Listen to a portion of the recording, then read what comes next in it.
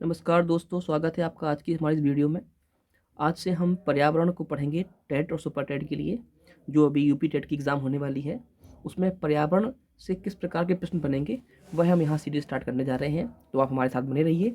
सबसे पहले हम डिस्कस जो करेंगे वह करेंगे इसका पाठ्यक्रम। तो जैसे कि आप यहाँ देख पा रहे हैं कि ये हमारा पर्यावरण का सिस्टम स्टार्ट हो रहा है यहाँ पर वो टेट के लिए, और साथ साथ में ये आपको सुपर टेट में भी हेल्प करेगा, क्योंकि पर्यावरण एक ऐसा विषय है जिसे हम विज्ञान से भी रिलेट कर सकते हैं।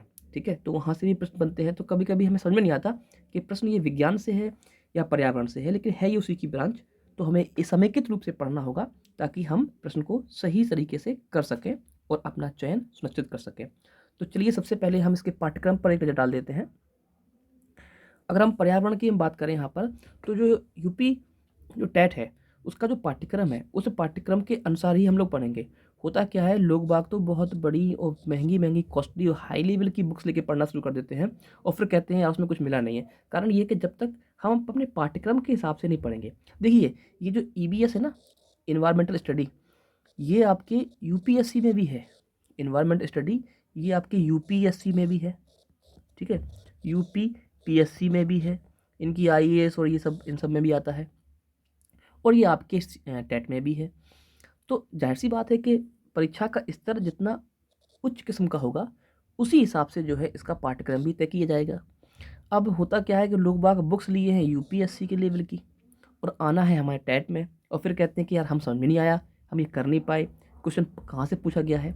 तो पर्यावरण के लिए आपको ज़्यादा नहीं है, कम से कम जो है 3 से लेकर के 8, ठीक, क्लास 3 से लेके 8 तक की जो एनसीईआरटी है उसको आप पढ़ जाइए। वहाँ से आप पढ़ेंगे तो आपको दिक्कत नहीं होगी। मेरी ये पूरी स्लाइड जो है एनसीईआरटी बेस्ड होंगी, जो आपको बहुत हेल्प करेंगी, ठीक है, आपकी एग्ज़ाम में। तो सबसे पहले पाठ्यक्रम में देखते हैं कि पहला ही जो पाठ्यक्रम में हमारा पाठ है वो है परिवार। यहाँ हम परिवार के बारे में, उसकी संरचना के बारे में और उनकी क्या आपस में संबंध है उसके संबंध में जानेंगे। दूसरा जो है वो है भोजन, स्वास्थ्य एवं स्वच्छता, जो बहुत इम्पोर्टेंट है इस वक्त। और जिस प्रकार से कोरोना महामारी चल रही है, ठीक है, लॉकडाउन से देश त्रस्त रहा है, तो जाहिर सी बात है कि यहाँ पर स्वच्छता और स्वास्थ्य पर जो प्रश्न है वो इस प्रदर्श से पूछे जाएंगे। ठीक है, तो यहाँ पर जब बात करेंगे स्वच्छता की, तो यहाँ पर हमें आपके जीवाणु यानी कि बैक्टीरिया और विषाणु यानी कि वायरस, इनको भी पढ़ लेना होगा, क्योंकि ये भी हमारे पर्यावरण का एक हिस्सा है। और अगर आप पिछले कुछ वर्षों के प्रश्नों को या पेपरों को उठाकर देखेंगे तो वहाँ पर आपको 1-2 क्वेश्चन मिल जाएंगे जीवाणुओं से, जिसमें सबसे अधिक जो पूछते हैं वो मिल्क को किस प्रकार से हम दही में चेंज करते हैं, ठीक है, कर्ड में चेंज करेंगे, वो एक पूछते हैं कौन सा बैक्टीरिया है। तो जब बैक्टीरिया पूछ सकते हैं तो भाई वायरस भी पूछ सकते हैं। ठीक, तो ये भी हमें यहाँ पढ़ना पड़ेगा। उसी के साथ स्वास्थ्य के बारे में देखेंगे, तो स्वास्थ्य में भी जो हम जीवाणु और विषाणु के संबंध में जानेंगे कि इनसे कौन कौन सी बीमारी होती हैं। और भोजन के बारे में भी देख लेंगे, तो भोजन के हमारे क्या क्या आवश्यक तत्व हैं, भोजन में क्या क्या होना चाहिए, एक संतुलित आहार क्या हो सकता है, विटामिन के बारे में जानेंगे, प्रोटीन की कमी से होने वाली बीमारियों के बारे में जानेंगे। तो पर्यावरण केवल नाम दिया गया है, इसका मतलब ये नहीं खाली हमें पर्यावरण आसपास केवल पेड़ पौधों के बारे में जानना है, एक विस्तृत अध्ययन करना होगा। उसके बाद हम आवास को देखेंगे, तो इसमें आवास में मनुष्यों के साथ साथ जंतु आवास भी शामिल होंगे। फिर आपका पेड़ पौधे एवं जंतु हैं, तो इन दोनों को हम रेट करके पढ़ेंगे एक साथ में। फिर जो मेला एक स्थानीय परिदृश्य है, ठीक है, इसको भी हम देखेंगे। तो यहाँ पर आपके उत्तर प्रदेश में खास खास जो मेले हैं, कौन कहाँ पे लगता है, क्या उनका मतलब है, महत्व है, उन सब में जानेंगे। इसके बाद स्थानीय पेशे से जुड़े व्यक्ति एवं व्यवसाय, तो ये एनसीईआरटी में चैप्टर ही दिया गया है, तो उसी हिसाब से इसको हम यहाँ पर डील करेंगे। फिर जल के बारे में जानेंगे, जल के आवश्यक महत्व क्या है, जल का क्या संगठन है और किस प्रकार से जो है जल हमारे लिए उपयोगी है, और किस प्रकार के जल को हमें पीना चाहिए और किस प्रकार जल को हमें नहीं पीना चाहिए। तो ये सारी चीज़ें यहाँ डिस्कस करेंगे। फिर हमारे यातायात एवं संचार, यातायात संचार में जो है बच्चों के स्तर के प्रश्न पूछे जाएंगे ताकि उन्हें आसानी हो सके, ताकि आप उनकी हेल्प कर सकें। यहाँ पर यातायात संचार से संबंधित जो इसके सिंबल्स होंगे, जो चिन्ह हैं, उन चिन्हों के बारे में हम जानेंगे, क्योंकि वहाँ से एक प्रश्न उठने की संभावना 100% है। उसके बाद हम अगर देखें आपके आगे चल बढ़ते हैं, तो वो है खेल एवं खेल भावना। तो खेल और खेल भावना से खेल के जो नियम हैं उसके बारे में जानेंगे, कौन सा खेल किससे संबंधित है, कितने खिलाड़ी हो सकते हैं, ये सारी चीज़ें यहाँ डिस्कस करेंगे। फिर हम पढ़ेंगे एक विस्तृत अध्ययन के रूप में भारत। अब भारत में देखिए, आप सोचेंगे ये ज्योग्राफी का पार्ट आ गया, तो एक्चुअल में हमने फिर कहा कि ईवीएस एक बहुत बड़ा सब्जेक्ट है और बहुत विस्तृत रूप से है। इसमें हमारी विज्ञान भी, हमारा ज्योग्राफी भी, यहाँ तक कि हमारी हल्की फुल्की हिस्ट्री और पॉलिटी भी शामिल कर ली जाती है। तो भारत में जब देखेंगे तो यहाँ पे नदियों के बारे में पढ़ना है, हमें प्रमुख नदियाँ पढ़ेंगे, उनके उद्गम स्थल पढ़ेंगे और उनके किनारे बसे हुए शहरों के बारे में जानेंगे। फिर यहाँ पठार देखेंगे, कौन कौन से पठार हैं, क्या उनका साइज़ है और कहाँ पे पठार मिलता है। फिर देखो उसके बाद वन के बारे में, भारत में कितने प्रकार के वन हैं, कौन सा वन किस क्षेत्र में मिलता है, उनके प्रमुख कौन कौन से पेड़ पौधे हैं और उनमें रहने वाले हमारे जीव जंतु, जो ये जंतु ऊपर वाला है ना, तो उस जंतु को हम यहाँ पर भी डिस्कस करेंगे कि कौन से वन में किस प्रकार के जंतु देखने को मिलते हैं। फिर यातायात को शामिल किया गया है, ठीक है, तो ये भी यहाँ पर हमने डिस्कस कर लिया, इसको यहाँ पढ़ेंगे। फिर महाद्वीप पढ़ेंगे, तो जो है जितने भी महाद्वीप हैं, एशिया है, चाहे वो यूरोप हो, चाहे वो ऑस्ट्रेलिया हो, चाहे एंटार्क्टिका हो, उनके बारे में पढ़ेंगे। और फिर प्रमुख जो है 5 महासागरों के बारे में भी हम लोग जान लेंगे, ठीक। तो ये यहाँ पर महासागर, उनकी स्थिति और उनके महत्व को जानेंगे। फिर हमारा जो प्रदेश है, तो चूँकि हमारा एग्ज़ाम किसका है, यूपी टेट का हम देने जा रहे हैं, तो हम यहाँ पर उत्तर प्रदेश को, ठीक है, अच्छे डिस्कस करेंगे। उत्तर प्रदेश का महत्व, इसका पुनर्गठन, कब ये अस्तित्व में आया है, क्या इसकी राजधानी है, यहाँ के प्रमुख प्रमुख स्थान कौन से हैं, सिंबल कौन से हैं, यहाँ के प्रमुख व्यक्तित्व कौन से हैं, इन सब चीज़ों के बारे में जानेंगे, ठीक है। और क्या इसकी भूमिका है भारत देश के लिए, उसको भी जानेंगे, क्योंकि प्रश्न के पैटर्न अब बदलने लगे हैं। फिर हम संविधान को देखेंगे, तो संविधान का यहाँ पर एक जनरल इंट्रोडक्शन हम लोग पढ़ेंगे, ठीक है। जनरल इंट्रोडक्शन में हम लोग संविधान के बारे में जानेंगे और उसके बाद फिर हमारी शासन व्यवस्था कैसी है और किस लेवल की है, क्या क्षैतिज है या ऊर्ध्व स्तर की है, उसके बारे में जानेंगे। शासन स्तर के साथ साथ ही हम यहाँ पर संसद के संबंध में भी चर्चा कर लेंगे और पार्लियामेंट में कितने मेंबर हैं वगैरह वगैरह, ये सारी चीज़ें। उसके बाद फाइनली फिर हमारा जो है यहाँ पर आप देखते हैं कि अब आया है जाकर हमारा क्या, पर्यावरण। तो पर्यावरण अब एक्चुअल में हमारे आसपास का जो परिधन आवरण है उसके संबंध जानेंगे, तो वहाँ पे आवश्यकता है पर्यावरण संरक्षण देखेंगे यहाँ पे, ठीक। तो इस प्रकार से ओवरऑल ये हमारा क्या है, यूपी टेट के लिए सिलेबस है जिसको हमें पढ़ना है और हम इसी के आधार पर अपने अध्ययन को आगे बढ़ाएंगे। तो सबसे पहले चूँकि पर्यावरण नाम दिया गया है, तो पर्यावरण के हिसाब से हम अपना बेसिकली यही चीज़ें पढ़ेंगे। पर्यावरण में हम अपना पर्यावरण संरक्षण देखेंगे और क्या पर्यावरण किस तरीके से बना है, क्या इसकी अवधारणाएं हैं, उन सब के बारे में हम जानेंगे, ठीक है। तो आइए हम वीडियो स्टार्ट करते हैं। सबसे पहले हमने डिस्कस कर लिया था इसका सिलेबस। अब इस सिलेबस के अकॉर्डिंग ही हम धीरे धीरे आगे बढ़ेंगे और पार्ट बाय पार्ट हम लोग पढ़ते जाएंगे और टेट एग्जाम से पहले पहले यहाँ पूरी स्लाइड्स कंप्लीट कर ली जाएंगी। और जो बहुत इंपॉर्टेंट है कि हम यहाँ पर आपको स्लाइड के साथ साथ इसके इम्पॉर्टेंट जो क्वेश्चंस हैं उसकी सीरीज़ भी लेकर के आएंगे, ताकि आप जो यहाँ पढ़ेंगे उसे स्लाइड के साथ साथ प्रश्नों की प्रकृति को भी समझेंगे, तो एग्ज़ाम में किसी प्रकार की कोई समस्या आपको नहीं होने वाली है। तो इसी कड़ी में आज हम पर्यावरण, एक्चुअल में यहीं से सबसे बेसिक से लेकर चलेंगे हम लोग पढ़ेंगे यहाँ पर्यावरण से। सबसे पहले चूँकि नाम ही दिया गया पर्यावरण अध्ययन, तो हम पर्यावरण को पहले डिस्कस करेंगे, उसके बाद फिर डिस्कस करेंगे हम आराम से। तो हम चलेंगे कहाँ, इस साइड से, नीचे साइड से ऊपर की तो चलेंगे, क्योंकि फाइनल की जो चैप्टर है ना ऊपर वाले, ये बड़े ईजी हैं और इनको हम जल्दी कर सकते हैं, ठीक है, तो कोई दिक्कत हमें नहीं होने वाली है। ये सब बात जब जल्दी हो जाएंगे। तो देखो पर्यावरण जब पढ़ेंगे तो उस पर्यावरण में हम लोग पेड़ पौधे, जंतु, इनकी आवाज़, ठीक है, और साथ साथ में जो है इसी में जो है हम पारिस्थितिकी को भी अध्ययन कर लेंगे। तो चलिए स्टार्ट करते हैं आज का वीडियो। ये बेसिक था समझने के लिए आप लोगों के। तो आज का जो हमारा टॉपिक है वो है पारिस्थितिकी। आज का जो हमारा टॉपिक है वो है हमारा पारिस्थितिकी है, यानी कि इकोलॉजी। यहाँ से हम लोग इसको स्टार्ट करेंगे, ठीक है बच्चों। तो पारिस्थितिकी, इसको जो है इसका अंग्रेजी जो पर्याय है उसे बोलते हैं हम लोग इकोलॉजी। क्या बोलते हैं, इकोलॉजी। इसमें आपका जैव विविधता भी शामिल कर ली जाएगी, तो यहीं पे उसको भी हम डिस्कस करेंगे, ठीक। तो इकोलॉजी के बारे में देखते हैं। एक्चुअल में है क्या कि जो इकोलॉजी है, यानी कि पारिस्थितिकी है, एक ऐसी अवधारणा है जो वास्तविक प्रणाली के ज्ञान पर आधारित है, यानी कि इसमें जो कुछ भी हमने जाना है वो सब वास्तविक है। पारिस्थितिकी तंत्र यानी कि इकोसिस्टम अंग्रेजी के 2 शब्दों से मिलकर बना हुआ है, ये हम सब जानते हैं, जिसमें एक तो है इको और एक क्या है हमारा सिस्टम। इको का मतलब होता है चारों ओर के प्राकृतिक पर्यावरण अथवा स्थानीय परिस्थिति, जबकि सिस्टम का मतलब क्या होता है, एक तंत्र।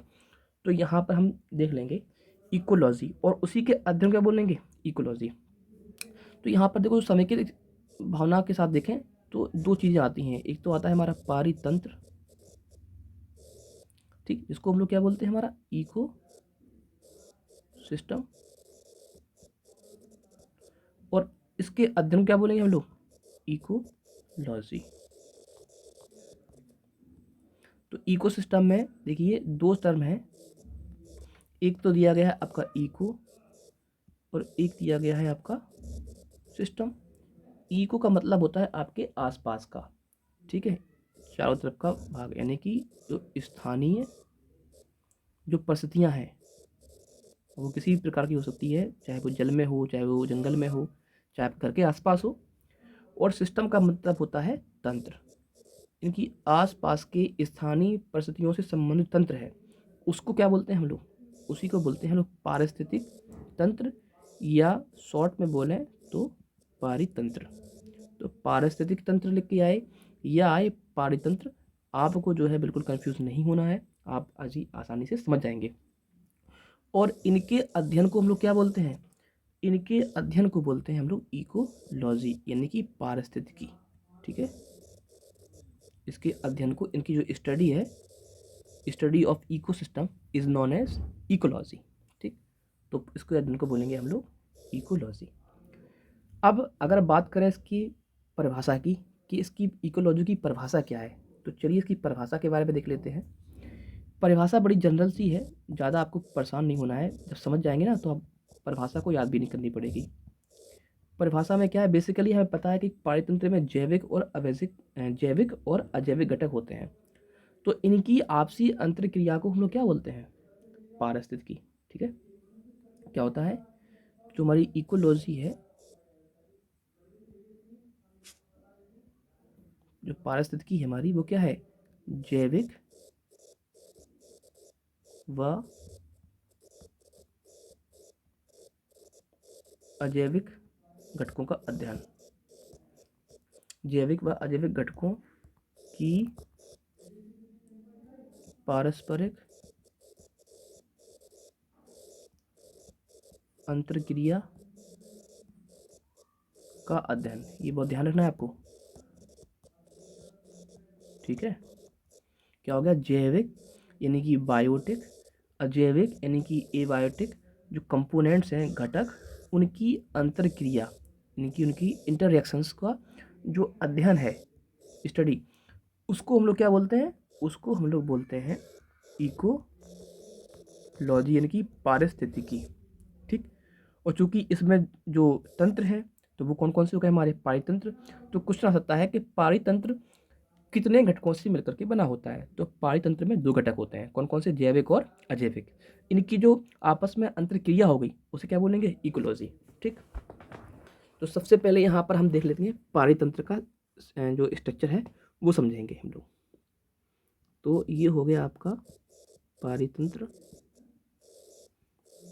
और इसमें दो घटक होंगे, ये दो घटक होंगे हर जगह, चाहे वो स्थलीय पारितंत्र के बारे में बात करें या फिर वो जलीय पारितंत्र के बारे में बात करें। पारितंत्र कोई भी हो, घटक दो होंगे। तो पहला घटक होगा इसका, वो होगा हमेशा अजैविक, क्योंकि बिना अजैविक घटक के जैविक घटक की परिकल्पना नहीं की जा सकती। तो अजैविक हो गया, और दूसरा आपका हो गया कौन सा?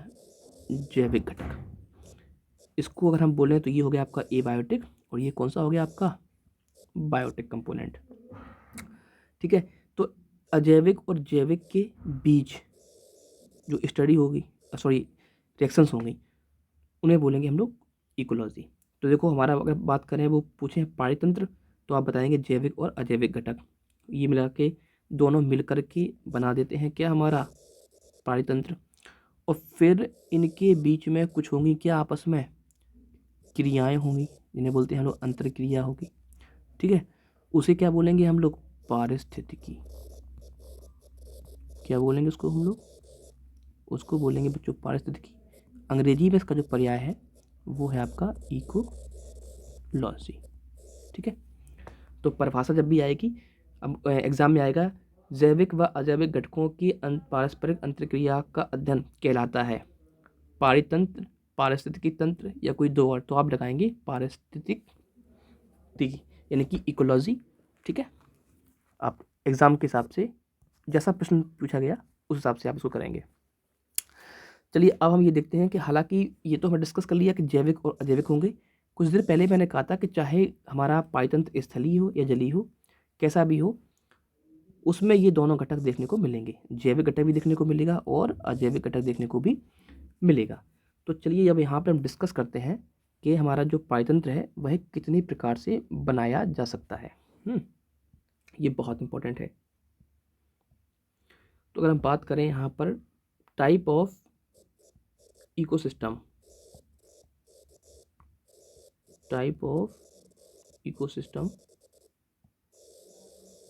तो वो यहाँ पर डिस्कस करेंगे हम। तो ये देखो, स्थलीय और जलीय दो प्रकार से हो सकता है, ये तो पता ही है हमें, लेकिन पहले हम इसके संरचना के आधार पर देखेंगे। किसके आधार पर देखेंगे? इसकी हम संरचना के आधार पर देखेंगे। तो एक्चुअल में हमारा जो इकोसिस्टम है, यानी कि जो पारितंत्र है, ठीक है, इकोसिस्टम यह दो प्रकार का देखने को आपको मिलेगा। एक तो होगा आपका प्राकृतिक और एक होगा आपका आर्टिफिशियल, यानी कि कृत्रिम। कृत्रिम को हम लोग मानव निर्मित भी बोलेंगे, कृत्रिम या मानव निर्मित, ठीक, नेचुरल। और ये हमारा हो गया आर्टिफिशियल या मैन मेड, ठीक है, मैन मेड हो गया। अब यहाँ पे जो चर्चा करने की बात है वो ये है कि एक तो प्राकृतिक हो सकता है हमारा और एक होता है हमारा कृत्रिम, यानी कि मानव निर्मित। अगर हम बात करें प्राकृतिक की, तो प्राकृतिक भी जो है इसको भी डिवाइड कर सकते हैं हम अलग अलग कैटेगरी में। तो जो पारिस्थितिक, जो हमारा प्राकृतिक पारितंत्र होगा, यानी कि नेचुरल इकोसिस्टम होगा, वह भी अलग अलग प्रकार से देखा जा सकता है, जैसे कि जली, ठीक है, और उसके बाद स्थली, ठीक, जली और स्थली, यानी कि प्राकृतिक जो पाचतंत्र है वो जली भी हो सकता है, यानी कि जल के अंदर भी हो सकता है, और फिर वो स्थली भी हो सकता है। इसके बाद हम डिस्कस करें जली को, तो जली भी देखो, इसको भी डिवाइड कर सकते हैं हम अलग अलग लेवल पे। तो ये आपका तालाब के स्तर का हो सकता है। देखो, बड़े गौर से पढ़ना है, क्योंकि एग्ज़ाम में आता है, वो आपसे पूछेंगे कि एक फूड चेन, खाद्य श्रृंखला का जो है आप निर्माण करिए एक तालाब के अंदर या नदी के अंदर या समुद्र के अंदर, तो वो हमें बतानी पड़ती है, या वो आपको पहले से फूड चेन दे देंगे, वे पूछेंगे ये कौन से इकोसिस्टम से संबंधित है। तो ऐसे प्रश्न आ सकते हैं, तो हम चूँकि बहुत गहरा अध्ययन करके चलेंगे ताकि प्रश्न कैसा भी हो हमारा दिक्कत में ना हो। तो देखो, प्राकृतिक हमारा होगा इकोसिस्टम। अब जो नेचुरल इकोसिस्टम है, इसको डिवाइड किया हमने दो पार्ट में, एक तो कौन सा कर लिया हमने जली, एक कौन सा कर लिया हमने स्थली। जली में देखो तालाब का हो सकता है, तालाब वाला हो सकता है आपका, या आपका नदी का इकोसिस्टम हो सकता है, या आपका समुद्र या महासागर का हो सकता है, ठीक है। तो कैसा भी होगा, तो देखो भाई, चाहे पॉन्ड इकोसिस्टम हो, चाहे रिवर इकोसिस्टम हो, चाहे सी इकोसिस्टम हो, चाहे आपका ओशियन इकोसिस्टम हो, कुछ भी हो, वो है तो एक प्रकार से कौन से आपके जलीय, ठीक है, जलीय प्राकृतिक पारितंत्र, ठीक, कौन सा आपका जलीय प्राकृतिक पारितंत्र। और फिर अगर हम बात करें स्थलीय की, तो स्थलीय को भी हम अलग अलग कैटेगरी में डिवाइड कर सकते हैं। इसमें आपका जो है ग्रासलैंड, यानी कि जो घास के मैदान हैं,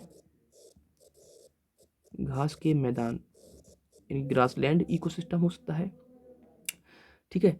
और उसके बाद जो है आपका फॉरेस्ट, यानी कि वन, वन से संबंधित इकोसिस्टम होता है। और एक है आपका पर्वत, यानी कि पहाड़ों से संबंधित इकोसिस्टम भी होगा, तो पर्वत वाला आपका इकोसिस्टम होगा, ठीक है, समझ में आया। तो जो घास के मैदान भी कहाँ है, स्थल पर देखने को मिलेंगे, फॉरेस्ट भी कहाँ है, स्थल पर देखने को मिलेंगे, और पर्वत और पठार भी कहाँ है, यहाँ पर्वत और साथ साथ में हम पठार का भी जिक्र करेंगे, ये भी हमारे कहाँ हैं, ये भी एक्चुअल में हमारे स्थलीय हैं। तो एक प्रकार देखा जाए कि पारितंत्र को हम दो भागों में डिवाइड करेंगे कुछ रचना के आधार पर, एक है प्राकृतिक, एक है कौन सा हमारा कृत्रिम। प्राकृतिक को हम भागों में करेंगे तो जलीय हो सकता है और हमारा स्थलीय हो सकता है। जलीय में जो है कई प्रकार हैं, तालाब का हो सकता है, नदी का पाचन हो सकता है, समुद्र का हो सकता है, या महासागर का हो सकता है। और अगर हम बात करें स्थलीय पाचतंत्र की, तो यहाँ पर भी अब घास के मैदान का पाचतंत्र जो कि स्थलीय पाचतंत्र है, फॉरेस्ट वन वाला है वो भी स्थलीय है, पर्वत है वो भी स्थलीय है। तो ये हो गया। अगर हम बात करें कृत्रिम यानी कि मानव निर्मित, तो मानव निर्मित भी एक्चुअल में 2 प्रकार का हो जाएगा, ठीक है। एक तो आपका हो जाएगा कौन सा, जली, और दूसरा कौन सा है आपका, स्थलीय। थोड़ा आप समझेंगे तो आपको अच्छे समझ में आ जाएगा। यहाँ मैं एक्चुअल में संरचना के आधार पर इकोसिस्टम के बारे में बता रहा हूँ कि ये 2 प्रकार का होगा, एक तो होगा प्राकृतिक, एक कौन सा होगा हमारा, कृत्रिम। फिर प्राकृतिक को भी 2 भागों में डिवाइड करेंगे, जलीय और स्थलीय, और कृत्रिम को भी हम जलीय स्थलीय। अब देखो यहाँ बात करें जलीय, जब आप अपना स्विमिंग पूल बनाते हैं, स्विमिंग पूल बनाते हैं, या आप फिश कल्चर करते हैं यानी कि मछली पालन करते हैं, ठीक है, या आप हाइड्रोपोनिक्स जल संवर्धन तरीके से जो है बिना मृदा के पेड़ पौधों को आप उगाते हैं, तो एक्चुअल में ये क्या है, इन सबको हम लोग डिस्कस कर रहे हैं ना। हाइड्रोपोनिक्स इसे बोलते हैं जल संवर्धन, मतलब बिना मृदा के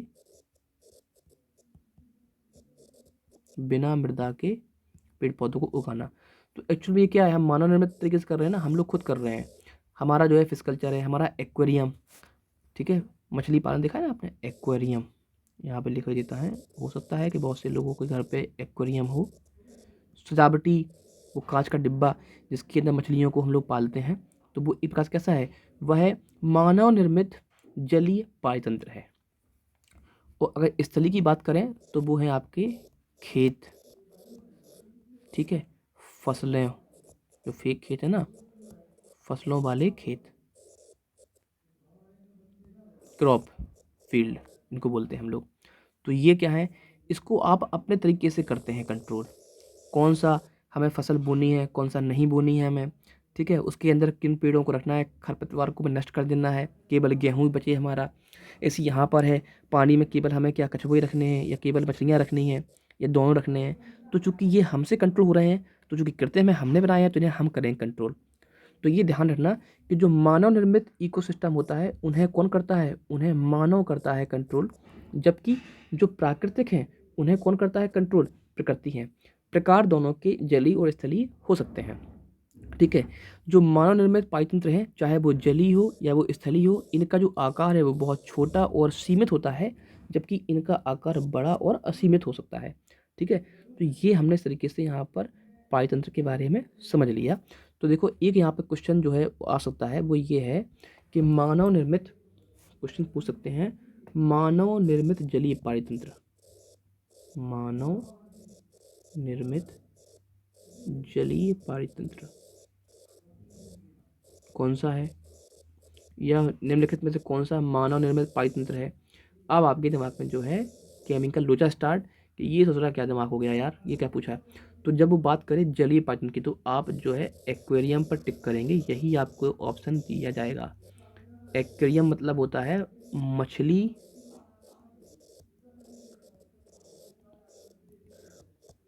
पालने वाला डिब्बा, पालने का कांच का बॉक्स, देखा होगा आप लोगों ने, बड़े बड़े ऑफिस वगैरह में रखा रहता है। और अगर उन्होंने पूछा मानव निर्मित, अगर उन्होंने आपसे पूछ दिया मानव निर्मित स्थलीय पारितंत्र, कौन सा पूछेंगे आपसे, स्थलीय पारितंत्र, तो आप जो है आपकी क्रॉप फील्ड,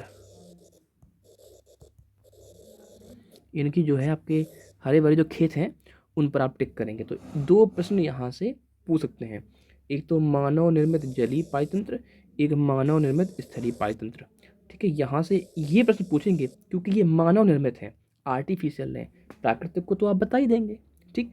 तो ये 2 प्रश्न यहाँ से बन सकते हैं, ये आपको ध्यान रखना है। अब यहाँ पर हम देखेंगे एक पारितंत्र के जैविक और अजैविक घटकों के बारे में।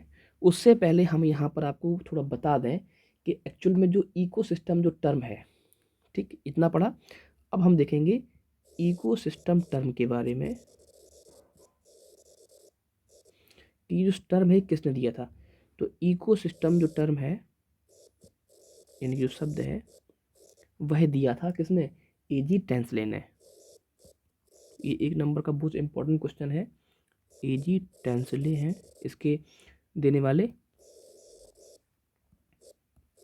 एजी टेंसले ने सबसे पहले इकोसिस्टम टर्म दिया हुआ था, ये आपको ध्यान रखना है। और जो इकोलॉजी है, इकोलॉजी को सबसे पहले देने वाले अर्नेस्ट हैकेल थे।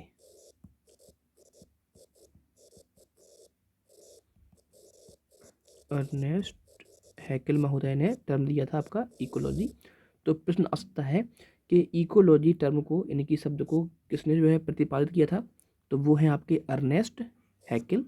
और इकोसिस्टम को किसने किया प्रतिपादित, तो वो है आपके एजी टेंसले। ठीक, ये दोनों आपको तैयार होने चाहिए। एजी टेंसले आएगा तो आप टिक करेंगे इको सिस्टम पे, और अगर आ गया अर्नेस्ट हैकेल तो आप टिक करेंगे इकोलॉजी पर। तो यहाँ से ये 4 प्रश्न जो है बहुत इंपॉर्टेंट हैं, जो एग्जाम में यदा कदा पूछे जाते हैं। मानव निर्मित जलीय पारितंत्र और मानव निर्मित स्थलीय पारितंत्र, इकोसिस्टम देने वाले व्यक्ति और इकोलॉजी टर्म देने वाले व्यक्ति। ठीक है, तो ये 4 प्रश्नों की प्रकृति मैंने यहाँ आपको बताई है, ये बहुत इंपॉर्टेंट है। इनको आप अपनी कॉपी पे लिखते चलिए और समझते चलिए। ठीक है, चलिए अब इसके बाद जो है अब आगे बढ़ेंगे और यहाँ पर हम समझेंगे एक पारितंत्र के प्रमुख जैविक और अजैविक घटकों के बारे में। तो देखिए, कोई इकोसिस्टम अगर होगा हमारा, अभी तक तो हमने उसको पढ़ा था संरचना के आधार पर पारितंत्र। पारितंत्र में एक्चुअल में देखा जाए तो 2 प्रकार के घटक देखने को मिलते हैं। एक है आपका कौन सा, अजैविक घटक,